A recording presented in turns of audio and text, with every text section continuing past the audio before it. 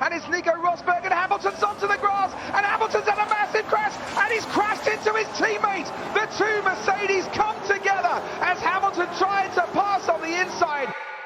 Alors, Rosberg et Hamilton, ils pouvaient pas se blairer. Ils étaient potes avant d'être coéquipiers, même potes depuis très longtemps. Mais dès qu'il a s'agi de commencer à se battre pour le titre, ils ont commencé à se mettre sur la gueule de fou. Ils se sont déjà accrochés à plusieurs reprises avant, mais ça a jamais été au point de faire abandonner les deux voitures. Cet accrochage, ça a vraiment été le moment le plus chaud de leur rivalité. Ah mais chez Mercedes, ça a été une vraie cellule de crise qui a été ouverte. Pendant la course, on parlait limite plus de ce qui pouvait bien se dire en secret chez Mercedes à la réunion express qu'il y a eu, que de la course en elle-même. L'accrochage en lui-même, il a fait beaucoup débat. Et les responsabilités font toujours pas l'unanimité aujourd'hui. Il y a encore des gens qui accusent Rosberg, d'autres qui accusent Hamilton. Les commissaires, eux, ils ont pas souhaité trancher et ont laissé l'équipe gérer tout en interne. Il y a eu plein de vidéos avec des montages et des flèches de partout pour indiquer que un tel ou un tel aurait pu faire ci, aurait pu faire ça, aurait pu éviter l'accident de telle manière.